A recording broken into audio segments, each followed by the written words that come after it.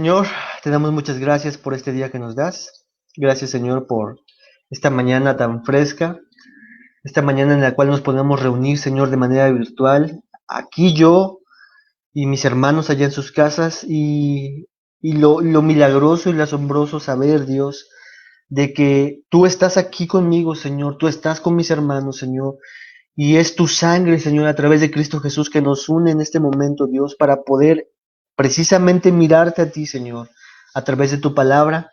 Y en este gran tema, Señor, acerca del contentamiento cristiano, que cómo nos hace falta, Señor, en nuestras vidas.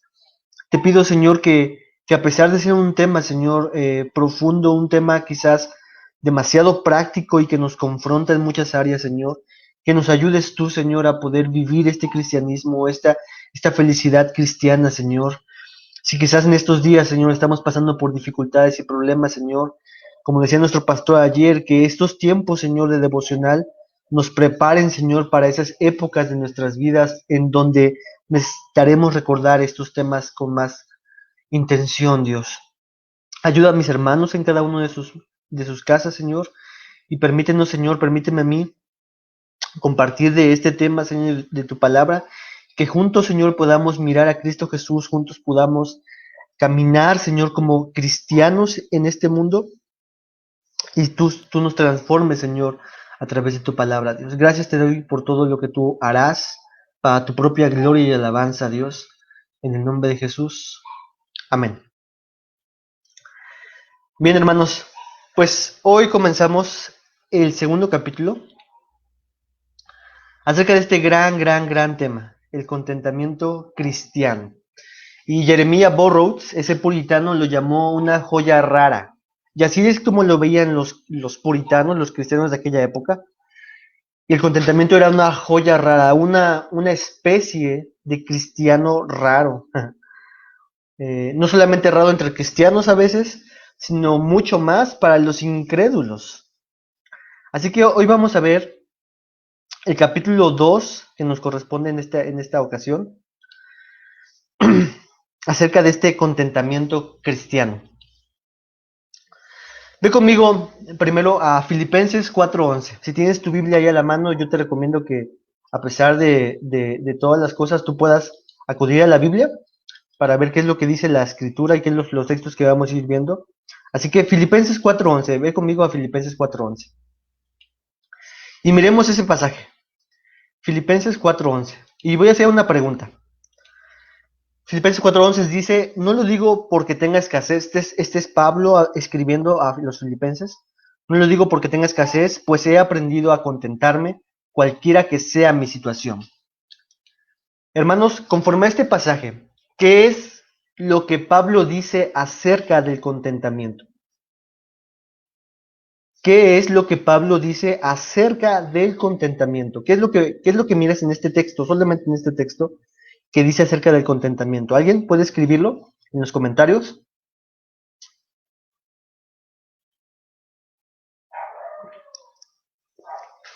¿Qué es lo que dice Pablo acerca del contentamiento?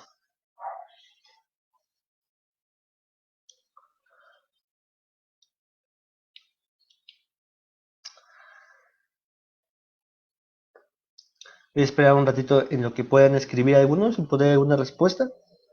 Y si no, pues avanzamos. Conforme a ese texto, ¿qué es lo que dice Pablo acerca del contentamiento? ¿Ya estás pensando? ¿Estás tratando de ver? Este es Pablo nuevamente desde la cárcel a los filipenses, en un lugar no cómodo. De hecho, ahí en la imagen, aunque esta no es la imagen de Pablo en Filipenses, esta es en otra ocasión, pero la cárcel no era un lugar muy grato que digamos. ¿Qué es lo que dice Pablo?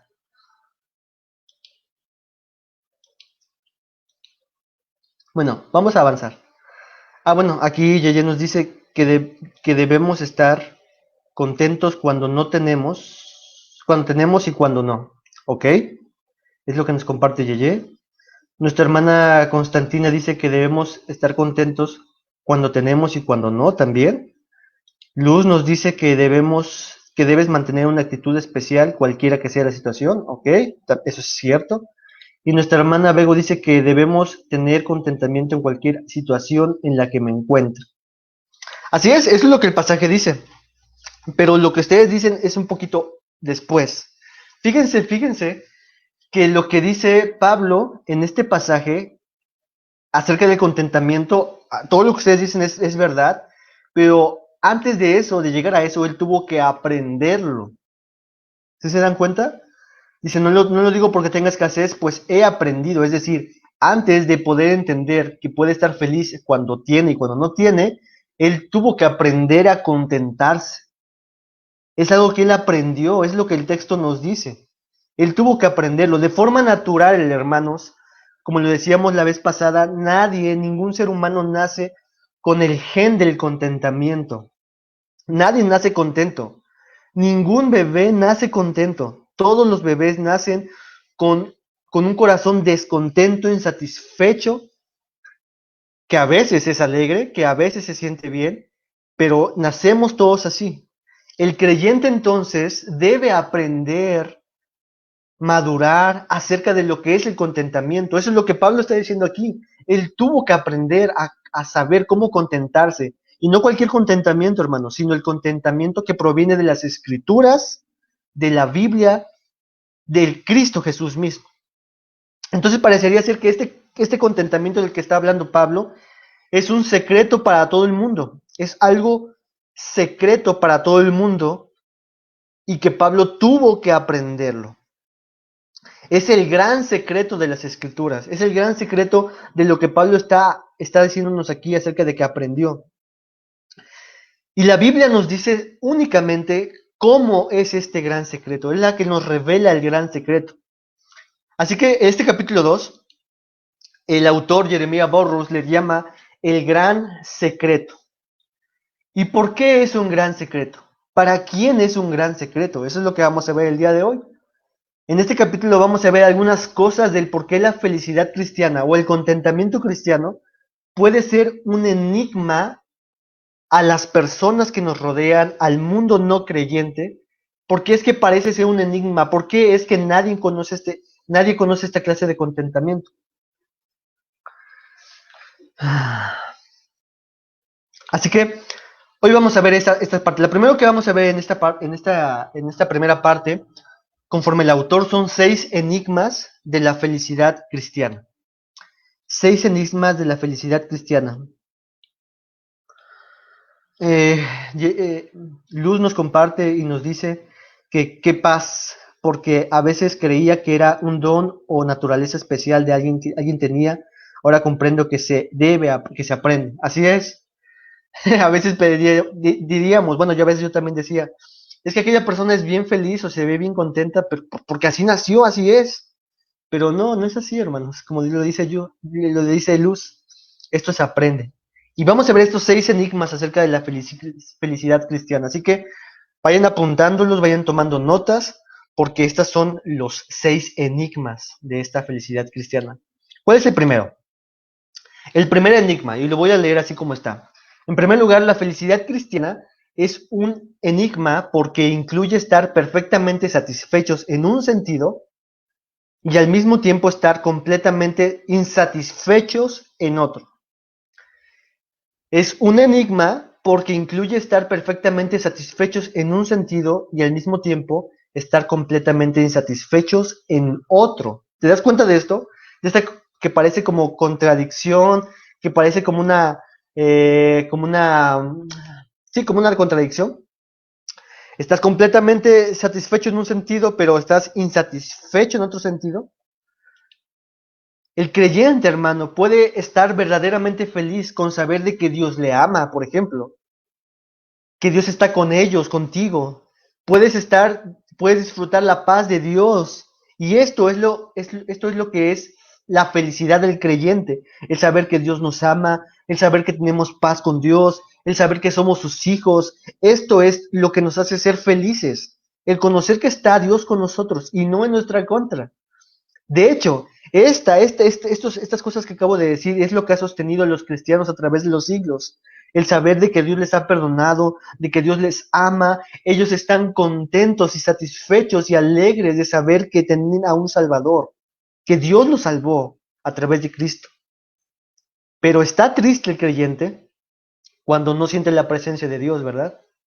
No sé si tú has pasado por esos momentos. Son infelices cuando se acuerdan que son pecadores, habiendo experimentado la paz verdadera, habiendo experimentado el amor que sobrepasa todo entendimiento, habiendo experimentado esta paz, ya no pueden vivir sin ella. Y en el momento de que no la sientan, en el momento de que no la perciben tal cual, en el momento que pasan por momentos difíciles y pierden el enfoque de esto y se dan cuenta de que son pecadores, el creyente está triste. Así que por un lado el creyente, fíjense, el creyente puede estar satisfecho y alegre en Cristo y por otro lado está completamente insatisfecho con las cosas que este mundo ofrece. Mira lo que dice Jeremías. Los creyentes saben que esta paz, la que dice Filipenses 4:7, que sobrepasa todo entendimiento, los creyentes saben que esta paz es el resultado de la obra del Señor Jesucristo, el príncipe de paz. Experimentarán más de esta paz cuando son más obedientes a Cristo.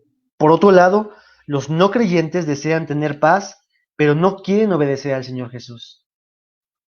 Así que nosotros experimentamos en cierta forma esta felicidad que nos satisface en un sentido, es decir, que somos completos en Cristo, pero cuando nos miramos pecadores, cuando pecamos, cuando no estamos buscando las cosas de este mundo o las cosas que están pasando en nuestras situaciones particulares y lo que los no creyentes buscan, entonces podemos sentirnos tristes en algún sentido. Jeremías también dice, los no creyentes deberían fijarse en el hecho de que lo voy a leer otra vez, los no creyentes deberían fijarse en el hecho de que los creyentes son las personas más felices, más pacíficas, más satisfechas en el mundo. Cuando pregunten por qué es así, los creyentes deben responder que es a causa de ser los siervos del príncipe de paz. Así que hermanos, uno de los enigmas que los no creyentes pueden mirar en nosotros es que estamos completamente felices en un sentido, pero también estamos tristes en otro sentido. Estamos insatisfechos en otro sentido. Aún no somos lo que quisiéramos ser. Aún pecamos, hermanos. Y esto produce en nosotros infelicidad. Así que ese es el primer enigma. Completamente satisfechos en un sentido y también al mismo tiempo insatisfechos en otro sentido. Pero veamos el segundo enigma. El segundo enigma dice, en segundo lugar, la felicidad cristiana es un enigma al no creyente porque proviene no del hecho de obtener más, sino de desear menos. ¿Te das cuenta de eso? Es un enigma para el no creyente porque mientras el no creyente piensa que tiene que obtener más, el creyente dice que debe de desear menos. Normalmente, hermanos, ¿qué es lo que el mundo dice acerca de la felicidad? Piensen eso. ¿Qué es lo que el mundo define como felicidad? Si somos claros en esto, el mundo dice, cuanto tengas más, serás más feliz. Te hace falta una esposa para ser feliz. Te hace falta casarte para ser feliz. Así que cásate. Te hace falta un esposo, cásate. Te hace falta una familia, hijos. Ten hijos para ser feliz. Una casa, si tienes una casa, tú serás feliz. Un coche, un viaje, un negocio. Si tú emprendes un negocio, tú serás feliz. Estas son cosas que parecían ser piadosas, pero que el mundo los ofrece en cierta forma como la fuente de la felicidad. Si tú tienes esto, tú serás feliz. ¿Qué tal el comprar zapatos? Yo lo digo para hombres y mujeres, ¿no? Bueno, conozco más mujeres que son más felices mientras más zapatos tengas, ¿no? Bueno, esto es lo que el mundo dice. Comprar zapatos, una bolsa nueva, el celular nuevo, comprarlo. Ese nuevo libro, si lo ponemos en un contexto ya cristiano, si yo tengo este libro, yo seré feliz. Y podemos poner un montón de cosas. El punto es de que el mundo dice, tú necesitas tener esto y serás más y más feliz. Si tienes más, disfrutarás más y serás más feliz. Pero el cristiano sabe que eso solo es una felicidad momentánea y pasajera. Tú y yo lo sabemos. Eso no satisface, no llena todo nuestro ser. Solamente son como pequeños, como dice Spurgeon, son como pequeños caramelos que nos conformamos con los caramelos que el mundo da. Entonces, los creyentes encuentran que lo que los hace realmente felices, lo que realmente los hace felices, es cuando desean solamente las cosas que Dios ha escogido para ellos. Eso es lo que realmente hace feliz al creyente. Lo que Dios quiere para mí es lo que yo quiero para mí, lo que yo deseo para mí. Y este enigma, hermanos, es contracultural. Son felices los creyentes al desear lo que Dios les da. Y somos infelices cuando deseamos más allá de lo que Dios nos permite y nos da. Agustín de Hipona, un hombre que vivió momentos de infelicidad, él decía, pobre no es el que tiene menos, sino el que necesita infinitamente más para ser feliz. Pobre no es el que tiene menos, sino el que necesita infinitamente más para ser feliz. Así que, hermanos, cuando los no creyentes están deseando, obteniendo cada vez más y más cosas materiales, los cristianos deberían enseñar a los demás cómo ser felices deseando menos en vez de buscar más. Esto termina siendo un enigma para los no creyentes. Porque mientras ellos dicen, tú tienes que tener esto y esto y esto y esto y esto, el creyente dice, yo deseo menos, solamente me conformo con lo que Dios me da y estoy feliz con eso. El tercer enigma. Y dice, el tercer punto enigmático acerca de la felicidad cristiana es que a veces la manera para ser felices no es dejando de preocuparse, sino más bien preocupándose acerca de algo diferente. A veces la manera para ser felices no es dejando de preocuparse, sino más bien preocupándose acerca de algo diferente. Piensa en algún momento que estés pasando, en algún momento, algún problema que estés pasando en este momento, en tu vida. Y que esto pudiera pasar, y que esto te pudiera hacer pasar por momentos infelices. Quizás tu salud, quizás tu trabajo, la escuela, tus compañeros, tu hogar, no lo sé. Pero piensa en esos momentos en los cuales tú a veces experimentas infelicidad. Preguntémonos lo siguiente, ¿qué es lo que necesitas para ser feliz en ese momento? Imaginen tu salud, en tu falta de trabajo, imaginen todas esas cuestiones. ¿Qué es lo que necesitas? ¿Qué es lo que te está preocupando y lo que quisieras que sucediera para que entonces tú pudieras ser feliz en ese momento? Lo que normalmente pensamos es, bueno, es que si yo soy sano, es que si yo tengo un trabajo, es que si yo tengo el dinero que necesito, entonces yo seré feliz. Pero Jeremías en su libro dice algo totalmente contrario. Dice, nos estamos engañando nosotros mismos si pensamos que todo lo que nos hace falta para ser felices es que el problema se ha quitado. La cosa que realmente nos hace infelices es el pecado. Lo que te hace infeliz en el fondo de la situación, en el fondo, en la raíz, en la esencia, lo que se interpone con la felicidad cristiana es el pecado, hermanos. No es que estés enfermo, no es que no tengas dinero, no es que te falte trabajo, es que en realidad lo que nos hace infelices a los creyentes es el pecado. No es la situación en sí misma la que nos hace infelices, sino al creyente lo que de fondo hace infeliz es el pecado. Es cómo afrontamos las cosas que estamos pasando. Es nuestra confianza en Dios y sus promesas. Es nuestra actitud desde la Biblia hasta nuestra situación. Pero si nos preocupamos más por el pecado y no más por la situación que estamos viviendo, entonces podemos afrontar la vida de otra forma. Podemos tener una preocupación diferente y ver la situación de una manera diferente.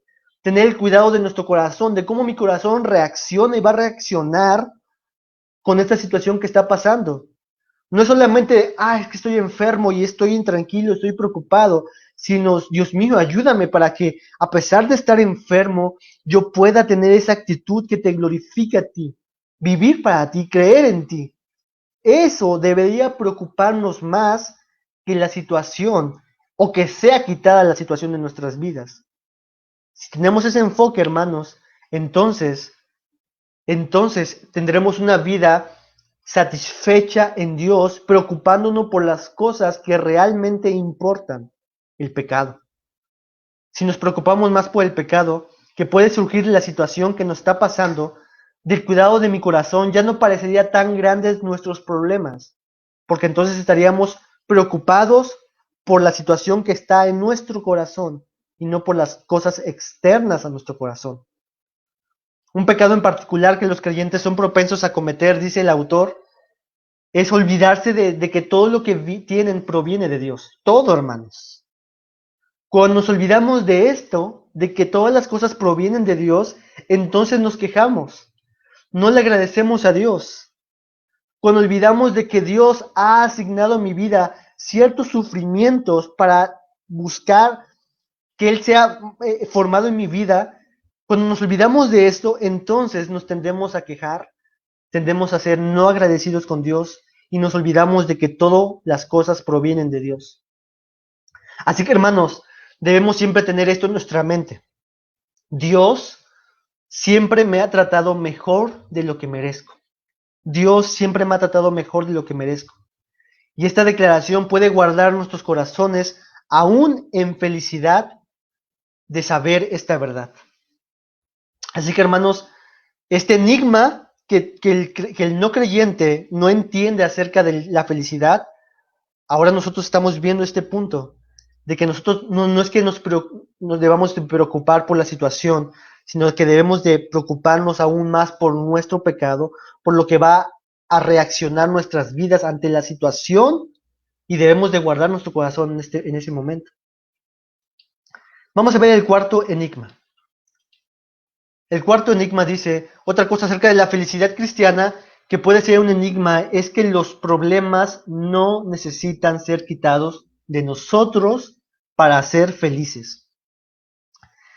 Los problemas que tú y yo tenemos no necesitan ser quitados de nuestras vidas para ser felices. ¿Qué es lo que el mundo dice? El mundo dice, es que tú no debes estar así.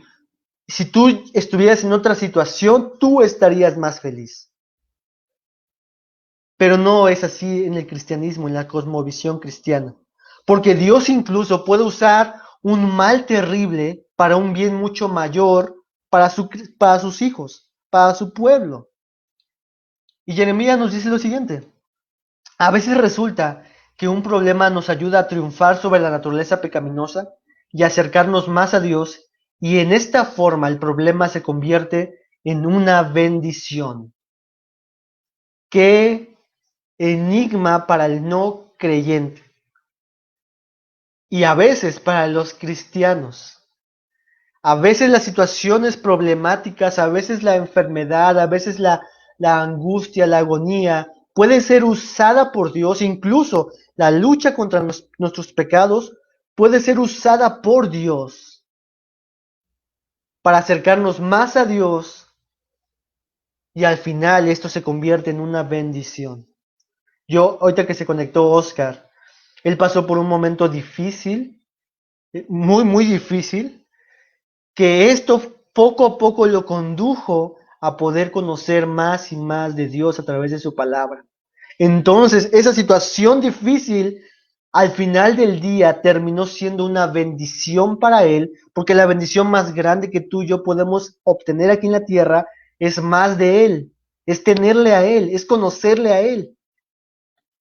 Recuerdo haber leído en una ocasión una historia de una mujer cristiana, la cual estaba enferma, una enfermedad difícil, y se topó con otra creyente, con otra hermana. Y esta hermana le dijo, oye hermana, estoy orando por ti. Dios puede sanarte, Dios va a sanarte. Y la otra hermana que era la enferma le dijo, ¿eso es lo que estás orando por mí? Sí, hermana, porque Dios puede hacerlo por ti. Bueno, mira, yo te pido, por favor, que puedas cambiar esa oración por mí. Gracias por lo que estás orando por mí, pero te pido que cambies esa oración. Y lo que ahora te pido que ores por mí es para que Dios, haga en mí crecer un amor más ferviente por Él.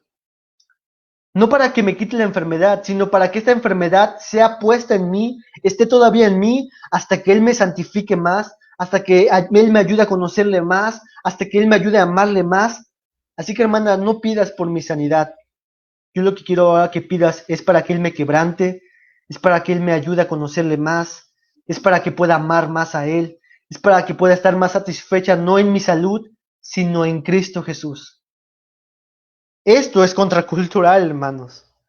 Esto es lo que la felicidad cristiana. Hermanos, para ser felices entonces no necesariamente deben ser quitados nuestros problemas, pues Dios puede y los ha usado para guiarnos a estar contentos en Él, para conocerle a Él, para depender de Él, para confiar en Él, para amarle a Él. Sí, hermano, la enfermedad. Sí, hermano, las preocupaciones. Sí, hermano, la incertidumbre. Sí, hermano, la lucha contra el pecado. Dios la ha usado y la seguirá usando para ayudarnos a conocerle más. Y eso termina siendo una bendición para nosotros. Les recuerdo lo que dice Romanos 8:28, cuando Pablo le dice a los romanos, y sabemos que Dios hace todas las cosas, que todas las cosas cooperen para bien para quienes lo aman. Todas las cosas ayudan para bien. Y esto termina siendo una bendición para el creyente. Pero veamos el quinto enigma. En quinto lugar, otro enigma sobre la felicidad cristiana es que la felicidad no se logra por desear más u obtener más, sino por hacer más. Yo no logro ser más feliz por desear más u obtener más, sino por hacer más. ¿A qué nos referimos con esto? El creyente se dice a sí mismo, Dios está detrás de todo lo que me acontece. Y es debido a Él que ya no estoy feliz como estuve antes. Pero no debo quejarme, sino que debo buscar nuevas maneras de servir a Dios y encontrar felicidad en obedecerle. El creyente está consciente de que el mismo Dios que es feliz y el mismo momento donde él estaba feliz, ese mismo Dios mandó alguna situación para que él no fuera tan feliz como lo era antes. Y entonces está consciente de eso. Y por lo tanto ahora el creyente busca otras maneras para poder servir a Dios en este momento donde él quizás no es tan feliz. Al final, la felicidad del creyente termina siendo en obedecer a Dios. Como decía nuestro pastor, no buscamos la productividad, sino la felicidad, sino la fidelidad a Dios. Los creyentes siempre serán más felices sirviendo a Dios en la situación en que se encuentren y no afanándose por las cosas que no tienen. Somos felices, hermanos, cuando hacemos más para Dios, cuando buscamos la manera de cómo servirle, de cómo honrarle, de cómo seguir siendo fieles, de cómo hacer que su nombre sea glorificado, exaltado. Somos felices cuando vivimos para Él, aún en la situación en la que estemos pasando y viviendo. Entonces, la felicidad no se logra por desear más u obtener más, sino por hacer más, por ser obedientes, ser fieles a Dios. Y en sexto lugar, acerca de estos enigmas, en sexto lugar, otro enigma acerca de la felicidad cristiana es que los creyentes llegan a ser felices aprendiendo a aceptar la voluntad de Dios como lo mejor para ellos. Mientras el mundo dice, mientras la sociedad dice, busca tu felicidad, busca alcanzar tu voluntad, porque se trata de ti, tú eres el arquitecto de tu vida, así que de ti depende que tú seas felices. La Biblia nos dice al creyente, busca el reino de Dios y somete tu voluntad a tu rey. ¿Ven lo enigmático de esto que puede parecer para el no creyente? Mientras el no creyente busca hacer su voluntad para ser felices, nosotros buscamos hacer la voluntad de Dios y esto es la felicidad del creyente. La voluntad de Dios termina siendo no nuestra voluntad, no nuestros deseos, no nuestros planes, sino lo que Él agrada. A una persona que anda en una relación de un creyente con un no creyente, él sabe que tiene que terminar esa relación porque su felicidad depende de hacer la voluntad de Dios. Y él vive para hacer la voluntad de Dios. Él está satisfecho en Dios, así que entonces el creyente tendrá que decidir y decir, yo deseo obedecer a Dios, y aunque quizás esto pudiera tener una felicidad temporal, yo deseo vivir para Él. Entonces, hermanos, para el creyente ya no le preocupa si puede obtener exactamente lo que quiere, sino que ahora es feliz con lo que Dios quiere, amando lo que Él ama, aborreciendo lo que Él aborrece. Eso es lo que el creyente quiere y busca. Dice el autor, ahora dicen los creyentes, Dios me ha hecho sabio espiritualmente, me ha hecho santo, me ha enseñado a aceptar su voluntad como lo mejor, porque Él está satisfecho y es glorificado por ello, estoy feliz. Hermanos, esa es nuestra felicidad, esa es la felicidad del creyente, hacer la voluntad de Dios. Esto es lo mismo que vemos en la vida de Jesús. Si te das cuenta en la vida de Jesús, en varias ocasiones Jesús dijo, yo no vine a hacer mi voluntad, sino vine a hacer la voluntad del que me envió. En cada momento, en cada situación, Jesús siempre hizo la voluntad de Dios. Incluso cuando lo vemos dormido en el barco, Él hizo la voluntad de Dios. Todo el tiempo Jesús vivió para hacer la voluntad de su Padre. Y esto lo vemos en el momento más angustioso de su vida, angustioso, en la cruz, donde Jesucristo antes de ir a la cruz dijo, Padre, ha llegado la hora, glorifica tu nombre. Y se escuchó la voz diciendo, lo he glorificado y lo seguiré glorificando. Hermanos, nosotros somos felices cuando buscamos hacer la voluntad de Dios. Jesús lo hizo así y Él fue el hombre más feliz de la tierra. Nosotros, esa debe ser nuestra meta, nuestro fin, nuestro camino. Hacer la voluntad de Dios, no para hacerle agradable a Dios, sino porque Él ya nos hizo gratos delante de Él a través de Cristo Jesús.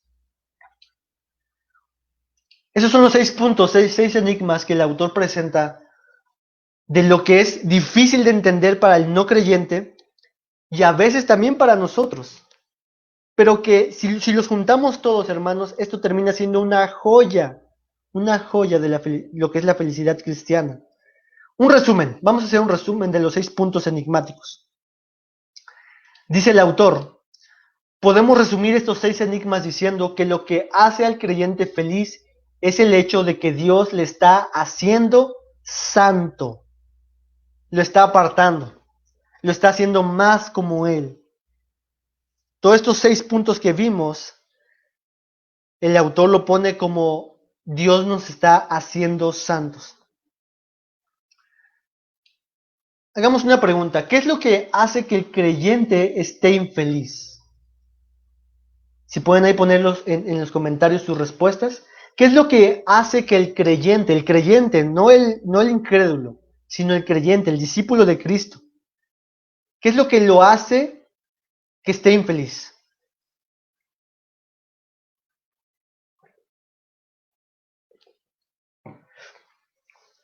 ¿Qué piensan, hermanos?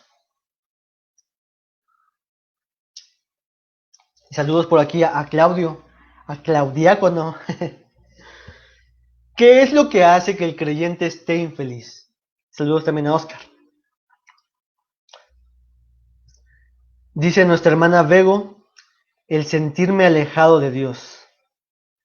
Gracias, hermana Vego, por compartirnos. Y sin duda, hermanos, el sentirnos alejados de Dios. Y vamos a ir un poquito más al fondo de eso. Dice Claudio, las aflicciones. Claro, las aflicciones de nuestras vidas, cualquiera que sean estas, nos pueden hacer infelices y pasar por momentos difíciles.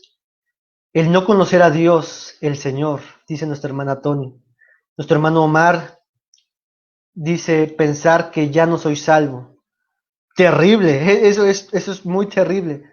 Tania, ver una fe débil. Dice nuestra hermana Silvia, no agrada a Dios. Y dice Ana Isabel, el pecado que nos aleja de Dios. Hermanos, lo que dice Ana Isabel termina resumiendo todo lo que ustedes acaban de decir. Todo lo que ustedes acaban de decir. Nuestra hermana Bego nos decía que el sentirme alejado de Dios. Claudio decía que las aflicciones. Todo lo que ustedes acaban de decir. Y Claudio lo acaba de decir todo. El pecado. Fíjense. Fíjense Santiago 4.1 que dice, ¿de dónde vienen las guerras y los pleitos entre vosotros? ¿No es de vuestras pasiones las cuales combaten en vuestros miembros? Hermanos, lo que hace al creyente infeliz es el pecado.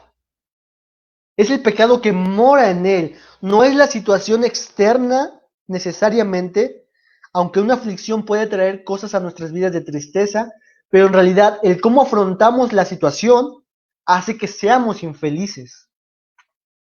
¿Sí ven el punto? Tú y yo somos nuestro problema, nuestro mayor obstáculo para tener una felicidad cristiana.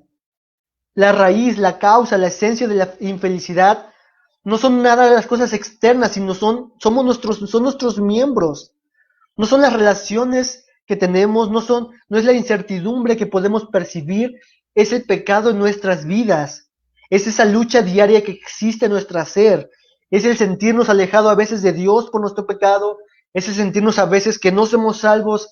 Es sentirnos que a veces nuestra fe es débil. Es sentirnos a veces que no estamos agradando a Dios. Todas estas cuestiones terminan siendo de fondo el pecado en nosotros. Dice el autor acerca de esto, si pudiéramos acabar con los sentimientos pecaminosos que conducen a la impiedad, seríamos más felices. En pocas palabras, la felicidad verdadera no es el resultado de lo que poseemos, sino del tipo de persona que somos. Este es el gran secreto de la felicidad. Hermanos, lo que nos hace infelices al final del día es el pecado en nosotros. Esta actitud de rebelde a veces ante los mandamientos de Dios, esta incredulidad en nuestros corazones de no afianzarnos y refugiarnos en quién es Dios y estar satisfechos en quién es Dios. Esta actitud de egoísmo, esta actitud de vanidad en nuestros corazones, en nuestras vidas, hacen que nuestras vidas sean infelices al final del día. Pero el creyente puede disfrutar una felicidad verdadera y completa al siempre una y otra vez mirar a Cristo Jesús. El creyente puede estar feliz a pesar de todas estas circunstancias que estamos diciendo. ¿Y por qué puede estar feliz? Porque está jajaja, como decía el pastor Alexis, jajaja, jijiji. Por eso es que decimos que el creyente está feliz. No, hermanos, el creyente no está feliz por eso. Déjame darte algunas cosas, recordarte algunas cosas del por qué tú y yo podemos estar felices a pesar de nuestro pecado. El creyente que encuentra este secreto de la felicidad, de que proviene de dentro y que se manifiesta en una vida piadosa, es feliz y puede ser feliz. El creyente está feliz porque sabe que todo lo que tiene es el don de Dios. La salud, el hogar, la comida, la ropa, los amigos, la familia, el empleo, las oportunidades, todas las cosas provienen de Dios y está feliz porque Dios es sabio, Dios es bueno y Dios le va a asignar a él, a su hijo, lo que necesita para tener una vida que glorifique a Dios. El creyente puede estar feliz y está feliz porque sabe que todo es una manifestación del amor de Dios. Todo. El creyente está feliz porque aunque no tenga las cosas que los demás, que los no creyentes tienen, saben que es mejor tener poco y ser hijos de Dios que tener mucho y estar en condenación. El creyente sabe que eso es mejor, a pesar de que esté pasando por momentos difíciles, a pesar de que esté pasando por situaciones complicadas, el creyente sabe que es más feliz saber que es hijo de Dios que tener mucho y ir a la condenación. Todo lo que Dios les ha dado les hace felices y sirve para recordarles que serán mucho más felices en el cielo, hermanos. Entonces, hermanos, el creyente puede estar feliz. Sí, hermanos, vamos a luchar contra el pecado, pero ¿sabes qué? La Biblia nos dice que Dios está con nosotros. Si tú puedes luchar contra el pecado, es porque ahora tú tienes el poder y la fuerza a través de Cristo Jesús para luchar contra el pecado, algo que tú no tenías antes. Tú tienes a Cristo Jesús de tu lado para poder admirarle, conocerle, adorarle y arrepentirte y creer en Él constantemente. Algo que tú no tenías antes y que merecería solamente el infierno. Pero ¿qué pasa, hermanos? En los momentos cuando sufrimos. ¿Qué pasa cuando estamos en una aflicción? ¿Qué pasa en el sufrimiento? Porque en el sufrimiento no es tan fácil tener este contentamiento cristiano. Esto es una obra de Dios al final del día. Pero ¿qué pasa en ese momento, en los sufrimientos? ¿Qué es lo que tenemos que recordar? El autor dice, los creyentes encuentran que cuando sufren, reciben más consuelo pensando acerca del Señor Jesús que lo que jamás recibirían quejándose. Hermano, cuando estemos pasando por sufrimientos, problemas, tenemos que poner nuestra mirada, nuestro corazón, nuestra mente en lo que la Biblia nos dice acerca de Cristo Jesús. Y ese es el consuelo del creyente. Ese es el momento de felicidad del creyente. ¿Se acuerdan de Will Smith cuando en esa película de Buscando la Felicidad, cuando al final les dan ese trabajo y en la película dice, este es el momento, a este momento le llamo felicidad? Bueno, nuestro momento que llamamos felicidad es cuando miramos a Cristo Jesús. Es cuando contemplamos quién es Él. Es su obra en la cruz, sus promesas, su palabra. Es lo que Él es. Ese es el momento de la felicidad del creyente. Hebreos 4:15 nos recuerda acerca de este Cristo Jesús que dice, porque no tenemos un sumo sacerdote que no pueda compadecerse de nuestras debilidades, sino uno que fue tentado en todo según nuestra semejanza, pero sin pecado. Acerquémonos pues confiadamente al trono de la gracia para alcanzar misericordia y hallar gracia para el oportuno socorro. Hermanos, Jesús sabe, y es el único que sabe verdaderamente lo que significa sufrir. Él sufrió físicamente, espiritualmente, materialmente, emocionalmente. Todo. Él nos entiende. Cuando estamos atravesando por sufrimientos de cualquier clase, Él nos entiende. Él está con nosotros. Él nos acompaña. Y de hecho, en el texto que les leía de Hebreos dice, entonces, al saber que tenemos un sumo sacerdote así, que se puede compadecer de nosotros, acerquémonos con confianza a su trono de gracia. Hermanos, Cristo fue pobre, entonces puede consolar a los creyentes pobres. Fue tratado injustamente, por lo tanto puede consolar a los creyentes que son víctimas de injusticia. Fue torturado, por lo tanto puede consolar a los creyentes que pidan fortaleza en sus sufrimientos. Los creyentes podemos tener en algún momento miedo a la muerte, por este coronavirus, por ejemplo. Pero estos creyentes son animados cuando piensan en la muerte del Señor Jesús y especialmente cuando se acuerdan que se levantó de los muertos. Hermanos, el consuelo más grande del creyente y que lo impulsa y lo dirige a tener una satisfacción y un contentamiento y una felicidad cristiana es Cristo Jesús. Ese es el consuelo del creyente, es mirar a Cristo Jesús. La única manera en que los creyentes pueden recibir fortaleza cuando sufren es acudir a Cristo Jesús.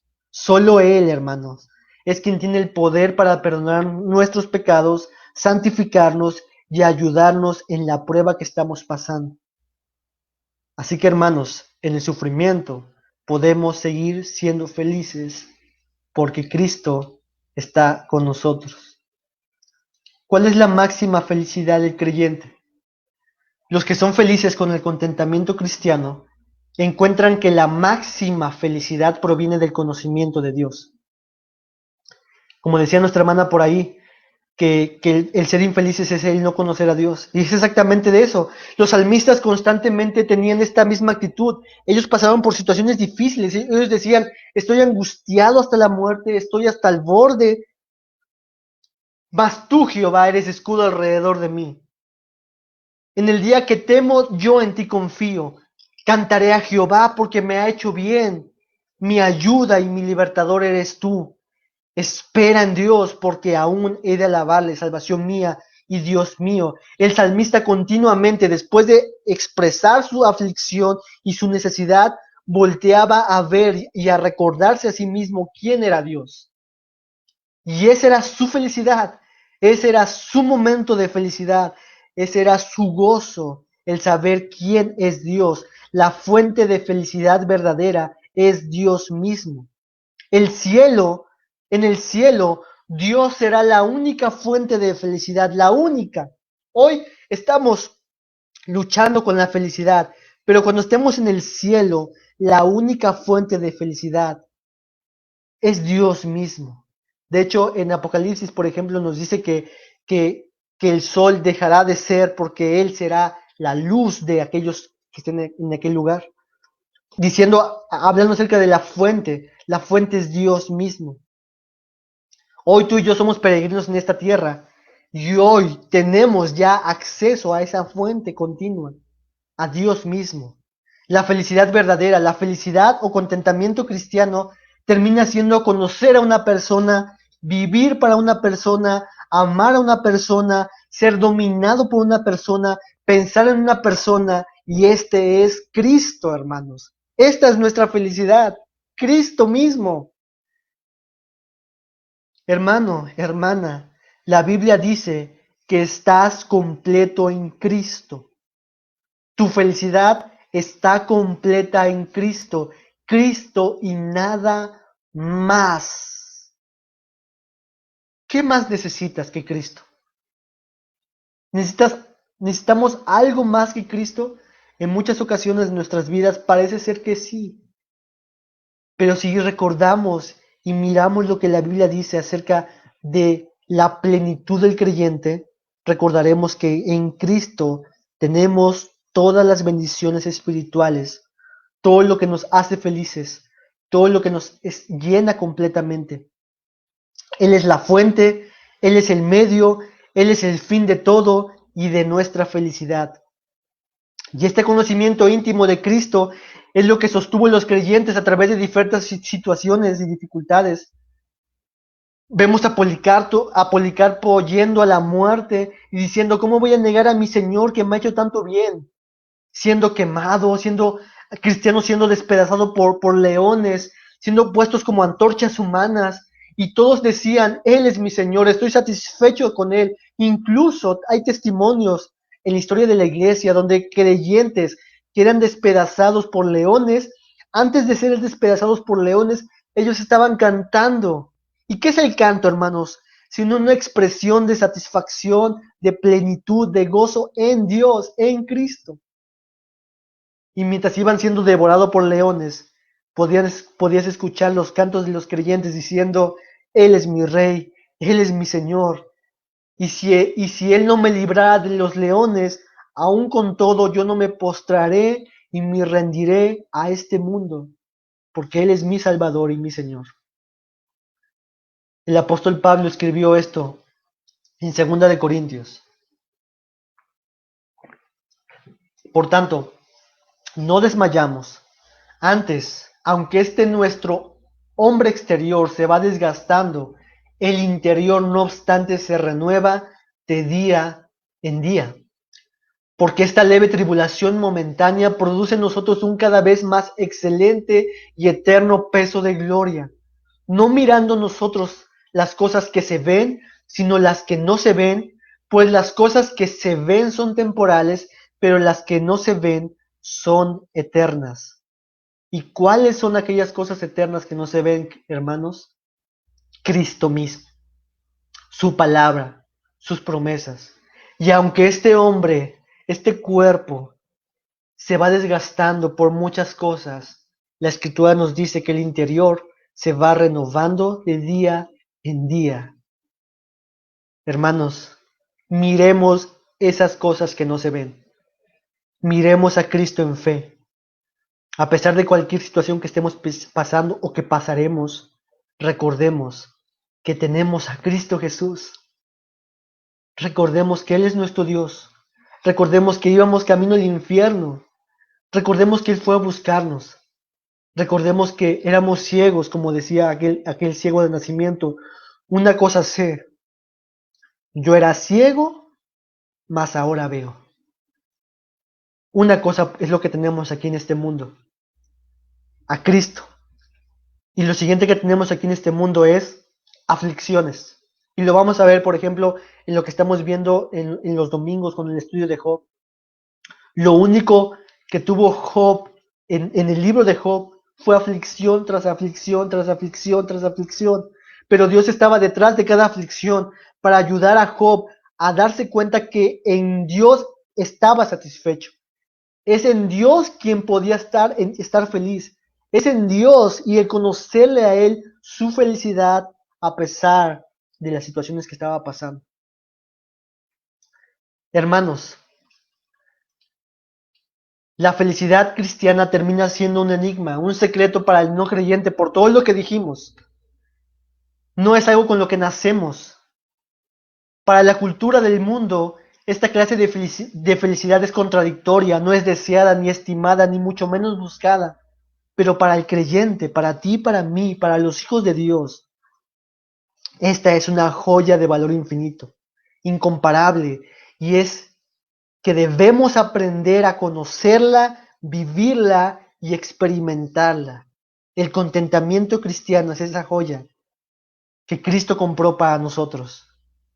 Es una de las perlas que Cristo compró para sus hijos, para que las disfruten hoy con miras de ser completadas y consumadas en la eternidad.